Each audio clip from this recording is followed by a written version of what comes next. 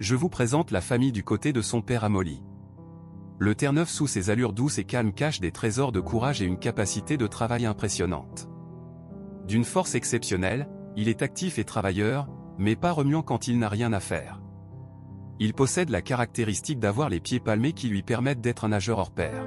Le Terre-Neuve est un chien qui répond parfaitement aux attentes d'une famille. Il déborde d'amour, il est doux, calme, fait preuve d'une générosité à toute épreuve, n'aboie pas beaucoup. Il est protecteur, loyal et fidèle. Il n'est jamais agressif et donnerait sa vie pour celle de son maître. Il est doté d'une très bonne santé, n'est pas bien difficile à éduquer et n'est pas difficile au quotidien. Historique de la race. Le Terre-Neuve doit son nom à l'île Terre-Neuve au Canada, mais son origine est assez floue. Né sur le continent américain, il serait issu du croisement entre des chiens indigènes et du grand chien d'ours noir, introduit par les Vikings au XIIe siècle. L'arrivée des pêcheurs européens et en particulier des morutiers anglais au XVIe siècle, qui emmenèrent quelques spécimens sur leurs bateaux, aurait permis de modeler la race. Il servit d'abord aux pêcheurs auxquels il rapportait les lourds filets de poissons. Il fut ensuite utilisé en tant que chien de trait, de berger, de chasse ou de garde, et fut même facteur en 1880 sur son île d'origine. Il est maintenant chien de compagnie et de sauvetage en milieu aquatique. Le premier standard de race est établi en 1923 et l'actuel, datant de 1996, est sous responsabilité canadienne. Particularité physique. Son poil, double avec une couverture mi-longue. Il est épais, huileux et plat. Le sous-poil est dense. Lisse, dense de texture assez grosse, il est double et résistant à l'eau. L'ensemble forme une barrière résistante au froid et imperméable. Sur la tête, le poil est court et fin. Sa couleur, 3 couleurs sont admises selon les standards, français, américains ou canadiens. Le noir et le brun qui peut être chocolat ou bronze. La troisième couleur est le bicolore blanc et noir. Sa tête est large et massive. Elle présente un sommet assez bombé. Le museau est court et nettement coupé, de forme assez carrée. Ses oreilles, petites et triangulaires. Elles sont fixées à angle droit, bien à l'arrière du sommet du crâne. Elles descendent sur les côtés du crâne. Ses yeux, de couleur brun foncé et petits. Ils sont plutôt écartés l'un de l'autre, mais bien enfoncés. Son corps, solide avec des côtes bien sorties, un dos large et les reins forts et musclés. La poitrine est profonde et large. Sa queue est de longueur moyenne, forte et large à la base. Au repos, elle pend et se recourbe légèrement à son extrémité. Quand le Terre-Neuve est actif, elle se relève et lorsqu'il est excité, elle se place à l'horizontale avec une légère courbure à l'extrémité.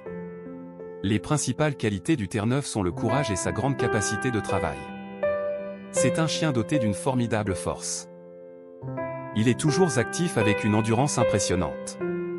Il possède, en outre, des pieds palmés, ce qui l'avantage dans l'eau quand il nage. La membrane interdigitale ne se voit que rarement dans ses pattes, mais elle est quand même bien développée, c'est un canidé d'une grande douceur, très fidèle et loyal. Il est digne et particulièrement docile. Il est imperturbable, calme et montre toujours de la bonne humeur. Il est d'un naturel joyeux. Il sait comprendre son maître, dont il ne peut être séparé. Il n'aime pas la solitude. Il apprécie énormément la compagnie des enfants, qu'il surveillera et avec qui il jouera. Son imposante stature impressionne et peut dissuader. Il n'est pourtant jamais agressif, même avec les étrangers dont il se méfiera simplement. Il est également à son aise avec des congénères. Le Terre-Neuve possède une santé particulièrement solide. Il ne connaît qu'une maladie typique des chiens de grande taille, la dysplasie de la hanche et du coude. Ainsi, il convient de modérer ses efforts et son activité physique dans les premières années de sa vie. Du fait de sa double couverture, il est assez sensible aux coups de chaleur. L'été, il serait judicieux de ne pas l'exposer trop longtemps au soleil. De plus, du fait de ses nombreux plongeons dans l'eau, il faut surveiller ses conduits auditifs, fréquemment touchés par des otites ou infections de ce genre. Un nettoyage régulier permet de les éviter. Le Terre-Neuve mue 2 fois par an, au printemps et en automne. Pendant cette période, on peut utiliser une étrille à pointe droite. Si le chien vit dehors, la mue de printemps est impressionnante. Sa fourrure ayant tendance à s'emmêler facilement, le Terre-Neuve nécessite un brossage au moins bi-hebdomadaire. Il peut être nécessaire de couper les poils superflus au niveau des oreilles pour son bien-être.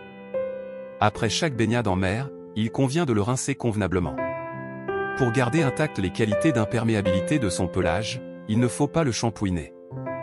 Des bains fréquents ne sont pas nécessaires. Ses yeux et ses oreilles sont à vérifier régulièrement pour s'assurer qu'il n'y ait aucune trace de saleté ou d'une quelconque infection. Les oreilles sont à nettoyer avec du coton imbibé d'un nettoyant auriculaire pour chien au pH neutre. S'il ne les use pas naturellement, ses ongles sont à couper. Si vous êtes novice en la matière, il est recommandé de demander des conseils à un vétérinaire. Enfin, pour éliminer l'accumulation de tartre et la prolifération de bactéries, ses dents sont à brosser de manière régulière. C'est un chien d'une très grande fidélité et d'un caractère exceptionnel. Doux, généreux, intelligent, patient, c'est un bon compagnon pour les enfants. Sa force impressionnante et sa vitalité en font un excellent gardien, plus par sa morphologie impressionnante que par son caractère jamais dangereux. C'est un chien polyvalent qui possède des dispositions naturelles pour le sauvetage. Il est doté d'un corps puissant, musclé et harmonieux, son ossature est charpentée mais sans lourdeur excessive. Il mesure environ 71 cm pour plus de 65 kg, la femelle, 66 cm pour 55 kg environ. Sa robe au poil long et plat, imperméable à l'eau, dense et lustrée, est généralement de couleur noire, bronze, ou noire et blanche. Les couleurs grises ou marron et blanc que l'on peut croiser de temps à autre ne sont pas des couleurs reconnues par la FCI, donc non acceptées à la confirmation. Sa tête est massive avec un crâne large, son front et sa face peuvent être plus ou moins lisses ou plissés. Son museau est court ou long, ses yeux sont bien bruns mais peuvent être noisettes chez le Terre-Neuve bronze. Le Terre-Neuve est calme et obéissant, mais son éducation exige de son maître qu'il soit ferme et patient car c'est un chien réputé têtu, et par sa morphologie, il ne doit pas devenir indomptable. Le Terre-Neuve est morphologiquement adulte mentalement et physiquement vers l'âge de 4 ans. Un Terre-Neuve de 2 ans est encore un grand chiot, pâteau, qui ne connaît pas bien son corps et n'est pas toujours maître de ses mouvements. Il faut savoir que l'âge le plus dur d'un Terre-Neuve est de 2 à 6 mois, âge où il teste son nouveau foyer. Mais ce n'est pas un chiot destructeur, il teste plus en faisant celui qui n'entend pas ou se bute à ne pas vouloir exécuter un ordre. De 6 mois à 24 mois, il est très sage dans un corps de grand qui n'arrête pas de grandir, et dont les points de repère changent constamment.